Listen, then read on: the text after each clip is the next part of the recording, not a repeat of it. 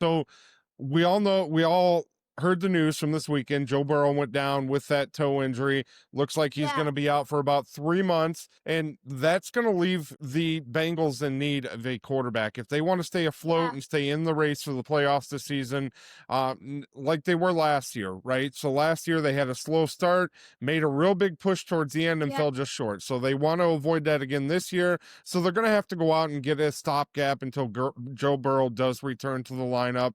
So what that means is they're making calls around the leagues and one of the teams that they did inquire with is the Green Bay Packers in regards to Malik Willis. Again, so far, no serious trade discussions have been made.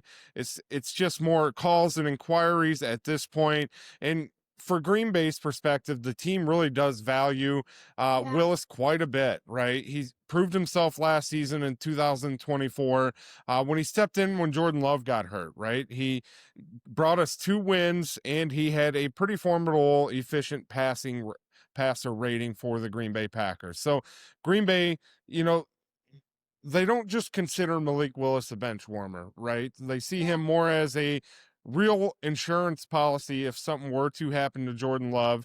You do, as a Packer fan, I know Bryson and I do at least, if Jordan Love were to go down, the way this Packer team's playing, you do have a whole heck of a lot of confidence in Malik Willis, especially Yep. this being year 2 of his being in the Green Bay system, right? So you have a lot of confidence in him stepping in if something were to happen to Jordan Love, and that's kind of where where I would be hesitant if I were a Packer on moving on from Malik Willis, because you have a guy in there that's ready to step in when needed, if needed.